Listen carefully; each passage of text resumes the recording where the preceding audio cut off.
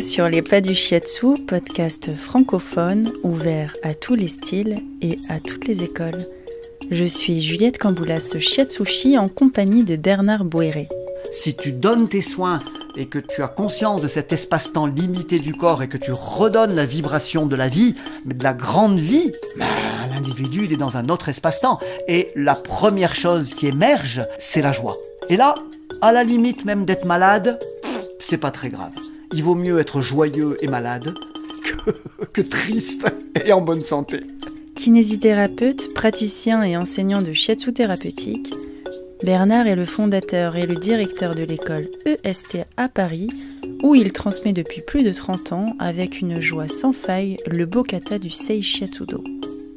Auteur de 4 livres, dont le Vademecum considéré comme la bible pratique du shiatsu en France, il crée également l'AIST, l'association qui permet de promouvoir et de faire connaître le shiatsu à l'international.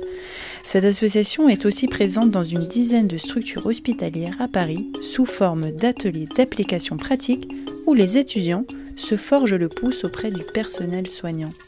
Rien ne l'arrête sur cette voie du shiatsu sincère où, à ce jour, il entame sa 43e année de pratique.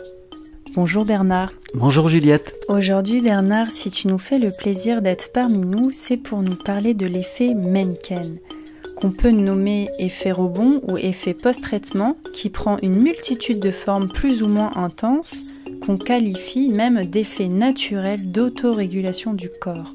Tu as déjà écrit un article en 3 parties sur le sujet que vous pouvez retrouver sur le blog Ryo Shiatsu. Comment tu es venu à t'intéresser à ce sujet ? Je me suis posé la question à la première université d'été de l'Embrun, qui regroupait toutes les écoles de notre union professionnelle de Shiatsu.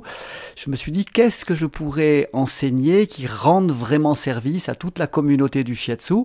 Et le sujet de l'effet Mencken est tombé très très rapidement, car pour ne rien te cacher, je suis sollicité à longueur d'année par des mails, des coups de téléphone, des questions sur ce sujet. Et je me suis dit, plutôt que de répondre à tous comme ça en catimini, je vais faire une grande conférence qui va regrouper tout le cadre de cet effet Mencken, qui est un effet auquel aucun praticien, aucune praticienne ne pourra échapper lors de sa pratique. Donc, c'était vraiment intéressant d'en parler. Est-ce que tu peux nous définir un peu plus l'effet Mencken suite à cette demande de tout le monde ? De tout le monde. Alors, oui, j'ai travaillé pour rendre cette conférence crédible, assez facile à comprendre. Je me suis dit qu'on était aujourd'hui dans un monde où la médecine moderne, qui fait des miracles au niveau de la chirurgie, qui parfois, donne des médicaments qui sont, entre guillemets, là aussi miraculeux, ne croyait plus trop à la capacité qu'avait le corps de s'auto-réguler. Parce qu'il n'y a pas d'effet Mencken, on va le voir après, on va faire un petit tour dans l'histoire, il n'y a pas d'effet Mencken sans la capacité qu'a le corps de s'auto-guérir, de s'auto-réguler. Et je me suis dit, mais quand est-ce que ça a commencé, cette véritable coupure entre cette médecine dite moderne et la médecine dite traditionnelle, qui date d'il y a longtemps, aussi bien en Chine, au Japon, au Tibet qu'en Occident. Et me voilà parti sur les traces d'Hippocrate, le fameux Hippocrate de Cos, dont tous les médecins récitent le serment. Et je me suis dit, on va partir de ce grand bonhomme qui vivait à Cos. Cos était une ville grecque, donc Hippocrate de Cos, c'est 460 ans avant Jésus-Christ. Et je me suis dit, mais qu'est-ce qu'il a dit cet homme-là sur la médecine ? Sur quoi se basait-il ? Et en fait, Hippocrate de Cos a commencé à dire que cette force d'autorégulation qu'on va appeler cet effet Mencken en japonais, il s'appelle Mingxuan en chinois, c'est un effet qu'on pourrait appeler un effet rebond. D'ailleurs, très souvent les Japonais disent qu'il n'y a pas d'action sans réaction. C'est un effet de réaction du corps à une stimulation qui oblige le corps à s'auto-réguler grâce à sa force de guérison.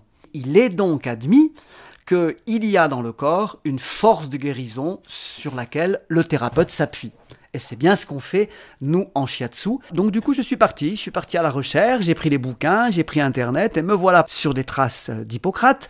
Alors, Hippocrate, c'est le premier qui dit cette phrase « vis medicatrix naturae », c'est-à-dire la nature est guérisseuse. Bien sûr qu'il y a des symptômes, il y aura des effets. Et si je lis là ce que dit Hippocrate de Cos, et je le dis avec mes mots, c'est que la maladie serait un effet meiken naturel pour recouvrer la santé. Dans ce cas-là, on ne peut pas dire que la maladie est un état séparé de quoi que ce soit. C'est un état de maladie, donc ce n'est pas une affection. Donc Hippocrate de Cos fait une distinction entre une affection et une maladie. Et pour lui, la maladie, écoutez bien, la maladie c'est l'effort que fait l'organisme pour surmonter un équilibre perturbé. Donc cette capacité qu'a le corps et qu'ont tous les organismes vivants à corriger les déséquilibres, c'est ça qui fait que ce sont des organismes vivants et qu'ils portent la vie en eux. La vie donne à chaque individu la capacité de retrouver la vie et de ne pas la perdre. C'est ça qui est précieux. Et c'est bien ça qu'on fait dans le shiatsu. Avant même la théorie des méridiens, avant même la théorie des points, toutes les pathologies, tout ce que vous savez, tout ce que vous voulez, la plus grande attention et intention du shiatsushi, du thérapeute, ça doit être de retrouver la vie. Si on retrouve la vie qui coule comme un fleuve abondant, tout reviendra à la vie. Hein, la vie amène à la vie. Voilà, c'est tout simple. Sauf que pour retrouver la vie, l'effet Meiken nous propose des parcours quelquefois tumultueux.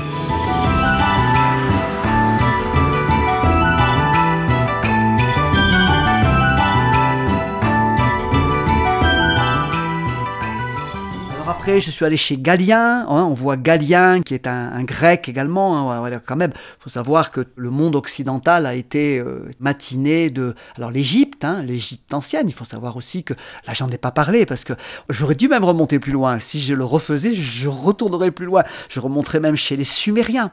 Les Sumériens avec ces grands yeux qui ont transmis la notion de souffle d'ailleurs. C'est eux les premiers, avant même les Chinois. C'est les Sumériens qui ont parlé du souffle de l'homme.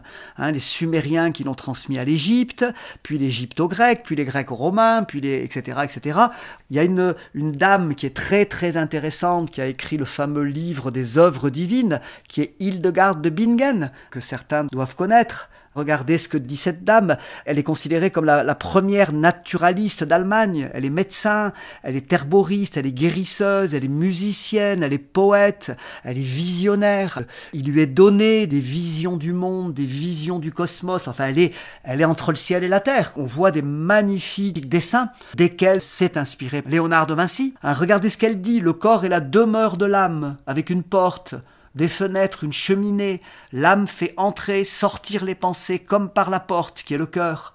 Le cerveau est la cheminée de l'âme qui discerne et évacue les mauvaises pensées. Les fenêtres apportent la lumière. Les yeux sont les fenêtres de l'âme. On peut voir l'âme d'un homme dans ses yeux. Comment ne pas faire de parallèle avec le chêne des Chinois? Quand les Chinois nous disent le chêne, l'éclat des yeux donne le chêne d'un individu. On voit des enfants avec un regard espiègle et on dit « Oh, celui-là ou celle-là, c'est une coquine, elle va être une coquine. » Et cet éclat des yeux ne se perd pas, sauf traumatisme. Jusqu'à la plus grande vieillesse, certaines personnes qui ont conservé le chêne intact, la joie du cœur, la joie de l'enfant, gardent l'éclat du regard. Voilà. Donc Hildegarde de Bingen avait identifié des choses qui étaient d'un autre ordre, qui étaient vraiment du domaine de l'esprit. Le corps était vu, regardez les portes, les cheminées, les fenêtres, le corps était vu comme une maison, la maison est vue comme un corps, et la maison abrite l'esprit. Hildegarde de Bingen, après si on va plus loin, il y a Paracels, fameux Paracels qui était très très connu, et puis si on continue après, on va un chirurgien français, 1510-1590, 80 ans de chirurgie, qu'on appelle le père de la chirurgie moderne, qui était extrêmement fort dans les cautérisations. Il avait cette phrase célèbre, « Je pense mes malades », donc je pense P-A-N, pas P-E-N, penser comme le pansement, je pense mes malades, Dieu les guérit. Donc tous ces médecins à l'époque étaient en relation avec le divin, avec le ciel pour le chinois, et aucun médecin de cette époque ne se serait arrogé le droit de soigner en son nom propre. Ils n'étaient que des serviteurs du divin et donc des serviteurs du ciel. Voilà, je me suis tout à la fois amusé et régalé d'aller chercher ces vieux médecins, ces vieilles icônes, tout leur cheminement pour dire, il faut rester dans leurs pas. Il ne faut pas couper. Après, si on continue, on arrive au 19e siècle. L'hygiénisme, le vitalisme, et là on en arrive au concept de chiropraxie, d'ostéopathie, de naturopathie, homéopathie avec Hahnemann, fin du 19e. Là c'est pareil, il y a toujours quand même un homme qui reste unifié et qu'il faut traiter comme tel. Et puis arrive le fameux principe, il est nommé comme ça par un physiologiste américain, Walter Bradford, Cannon, qui forge le mot d'homéostasie, qui avait déjà été employé par Claude Bernard, qui avait beaucoup travaillé sur la notion de terrain. Claude Bernard s'est beaucoup opposé à la vision pasteurienne de la vie, et d'ailleurs je crois bien que Pasteur lui a rendu hommage à la fin de sa vie sur son lit de mort. Il aurait dit que c'était Claude Bernard qui avait raison, il ne fallait pas s'occuper que des bébêtes, que des microbes, il fallait aussi s'occuper du terrain, et que si le terrain de la personne n'était pas bon, les microbes proliféraient, alors que si le terrain était bon, les microbes ne proliféraient pas.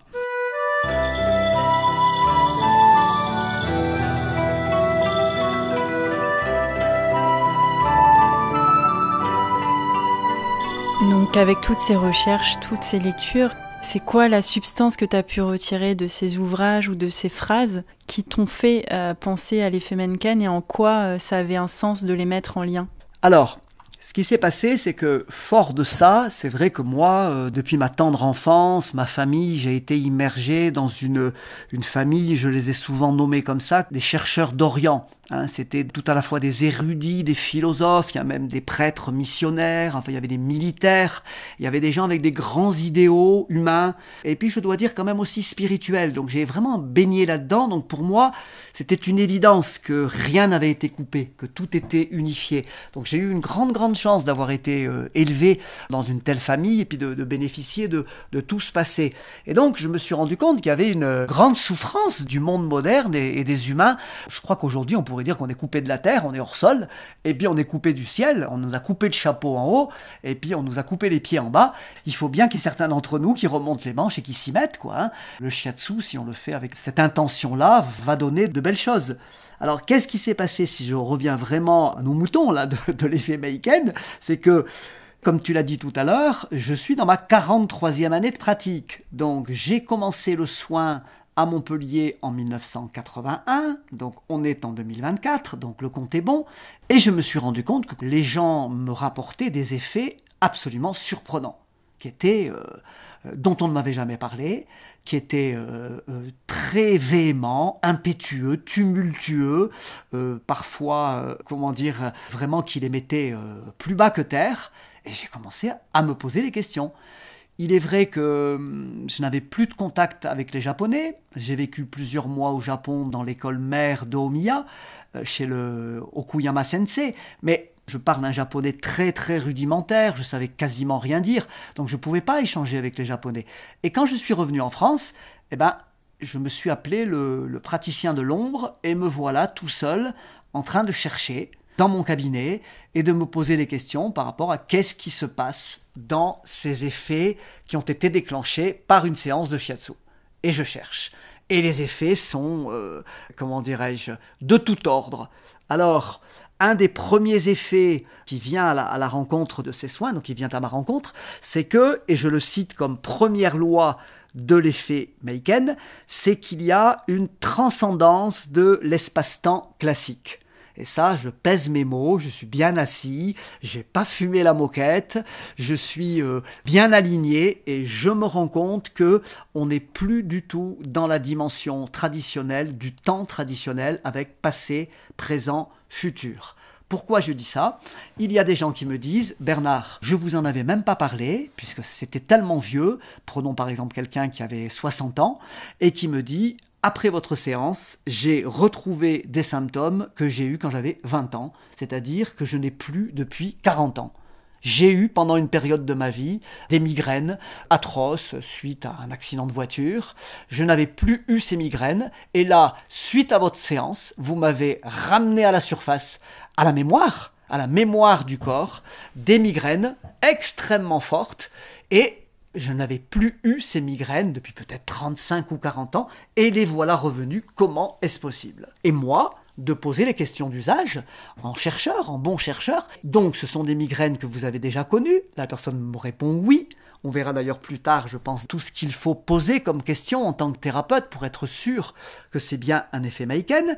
Donc me voilà en train de poser les questions à cet individu et je me rends compte que ce que j'ai déclenché, ce sont des choses qui se sont déjà passées il y a 40 ans dans son corps, donc dans un espace-temps qui a été modifié et qui a été aspiré, si je puis dire, absorbé 40 ans en arrière. Et là je me dis, waouh! Mais comment est-ce possible qu'une séance de shiatsu gomme, je l'ai dit en plaisantant, 40 minutes de shiatsu, 40 ans d'effets rebonds, d'effets en arrière. Comment, par où ça passe là? Voilà, et c'est donc la première loi de l'effet Meiken. Le présent, ce qu'on appelle le temps présent, n'existe pas. C'est une espèce de passerelle entre le passé et le futur qu'on peut, à loisir, parcourir d'un côté ou de l'autre. Et alors là, c'est complètement renversant. Ça veut dire qu'on peut aller en arrière ou aller en avant. Il y a une jolie phrase qui est citée par un ami psy, qui la tient d'un grand psychothérapeute italien, qui fait dire d'ailleurs à ce propos, il est jamais trop tard pour avoir une enfance heureuse.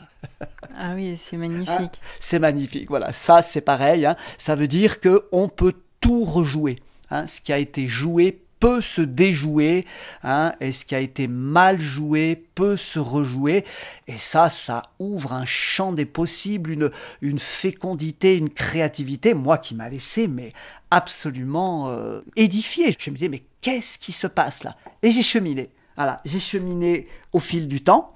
Première loi, j'ai commencé à travailler sur cet espace-temps.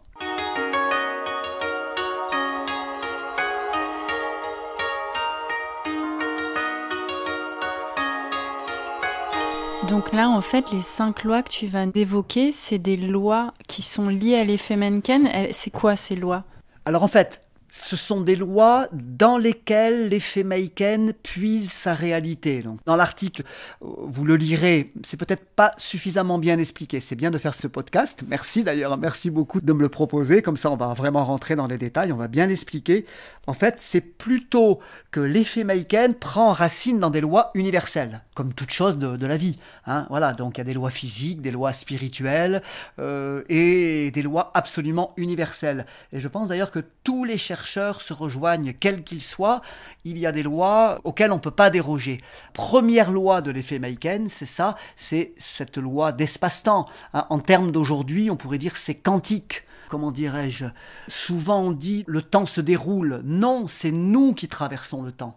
Hein, donc c'est complètement différent. C'est notre corps qui traverse le temps comme ça et qui vit cet espace-temps. En plus, cet espace-temps qu'on croit être notre réalité ici sur cette basse terre n'est qu'un conditionnement parce que nous sommes enfermés dans ce corps.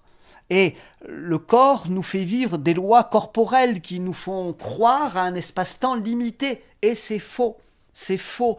Toutes les personnes qui ont eu des expériences, on le sait aujourd'hui, proches de la mort, là, les fameuses NDE, EMI, on les appelle de toutes sortes aujourd'hui, savent que qu'on n'est plus limité par le corps, on est ailleurs. On est ailleurs, il y a de l'amour, tiens donc, il y a plein d'amour, il y a de la lumière, il n'y a plus de séparation. Il y a eu des gens qui ont eu des accidents de voiture, qui se sont vus s'élever, comme ça, à 10 mètres de haut, et qui regardaient le corps multifracturé, ils sentaient plus rien, et ils disaient, tiens, c'est bizarre, il y a un bonhomme là qui est dans la bagnole en dessous, on dirait que c'est moi, et ils n'étaient plus là. Donc, cet espace-temps limité par le corps est un espace-temps conditionné, ce n'est pas le seul. Une abeille ne vit pas dans le même espace-temps que nous, un crabe dans la mer non plus, une mésange charbonnière non plus. Hein, voilà, c'est très conditionné. Mais là, il faudrait faire même tout un épisode autour de l'espace-temps. C'est passionnant. Mais oui. Et chaque fois, je dis ça quand je donne des cours de Qigong. Et c'est pour ça qu'il faut être méditant. Il faut prendre des temps de méditation et il faut pratiquer le Qigong. Parce que quand les vieux taoïstes ont émis l'idée que le Qigong allait être bénéfique pour l'homme, les femmes, c'est pas simplement pour être en bonne santé. C'est pour quitter le petit espace-temps corporel limité. Ils voulaient sortir de ce petit corps, comme je dis souvent. Voilà. Et c'est ça aussi que devrait initier le praticien de shiatsu. Si tu donnes tes soins et que tu as conscience de cet espace-temps limité du corps et que tu redonnes la vibration de la vie, mais de la grande vie, l'individu il est dans un autre espace-temps. Et la première chose qui émerge, c'est la joie. La joie. Toute personne qui est joyeuse, qu'elle le sache ou qu'elle ne le sache pas, a une connexion avec un espace-temps différent où il y a une source infinie de vie et donc de joie. Voilà. Et là, à la limite même d'être malade, c'est pas très grave. Il vaut mieux être joyeux et malade que triste et en bonne santé. Moi, je pense que ça, on peut le dire souvent alors en cabinet. Ça peut être une phrase qui aide. C'est pas grave d'être malade. C'est comme les enfants qui disent c'est pas grave de mourir. Les enfants savent que la mort n'existe pas. Savent qu'il y a un autre espace-temps après le corps. Le corps ce qui va mourir, c'est l'espace-temps conditionné du corps. Et c'est ça que l'effet Meiken remet tout de suite en lumière. À moi, je te le dis, j'étais stupéfait. Il faut se remettre dans la situation. J'avais 25 ans. Et tout d'un coup, badaboum, ça me tombe dessus et je rentre dans ce corridor-là et qui m'amène autre part grâce au témoignage des patients. Je suis infiniment reconnaissant au shiatsu, aux patients et à cette position d'observateur, d'accompagnant observateur. Je ne me prenais pas pour un grand seigneur du shiatsu. Je revenais du Japon, je me disais, bon, allez, tu vas faire tes classes. Et tout de suite, ça m'a amené là-dessus, mais immédiatement, j'ai presque envie de dire, la première minute de soin m'a dit, oh Bernard, allez, viens avec nous, là, viens dans cet univers-là. Et là, c'est un univers enchanté.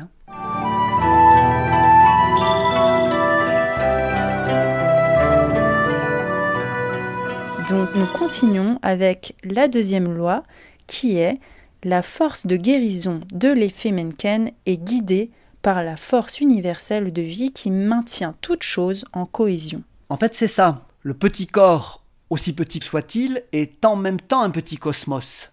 Et on pourrait se poser la question, il y a des électrons qui tournent autour des noyaux, on sait que notre corps est fait de 100 000 milliards de cellules, et que toutes ces cellules sont constituées d'atomes avec des noyaux, et que les atomes tournent à toute vitesse. Il y a même des électrons libres sur des couches supérieures.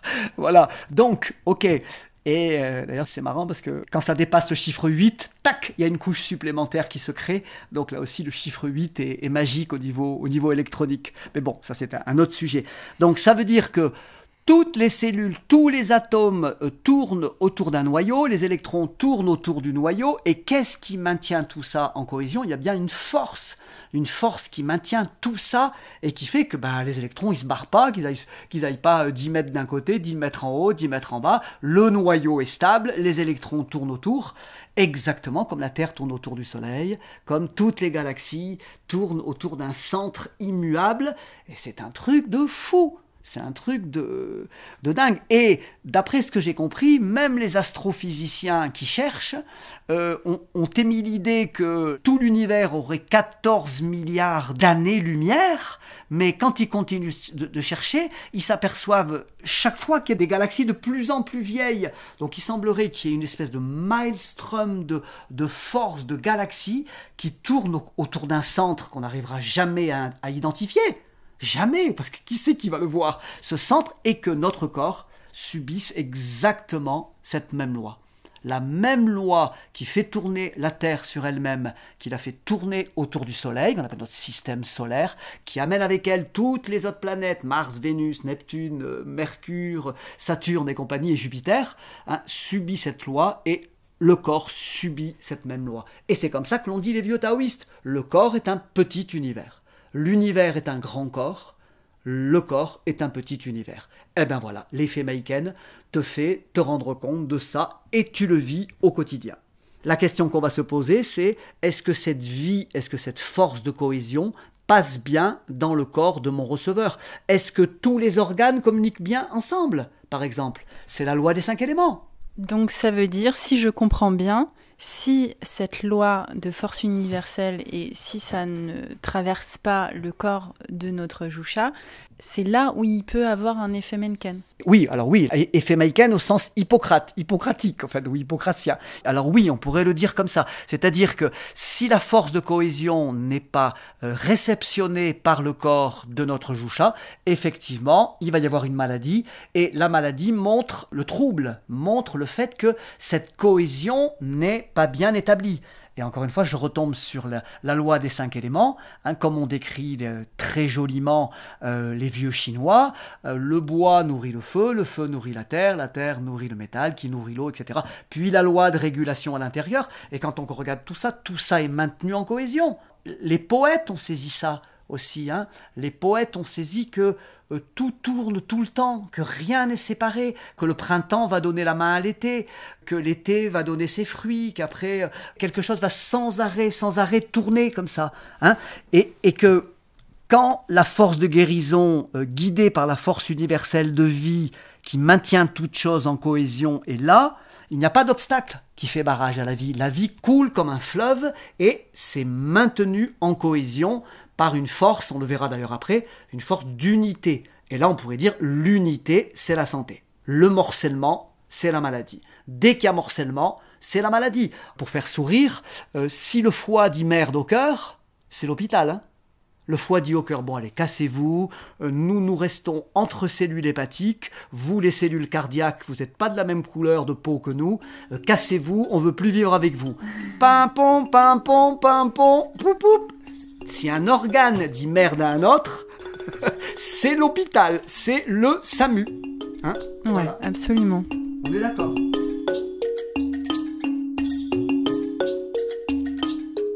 Merci Bernard, le temps passe si vite avec toi.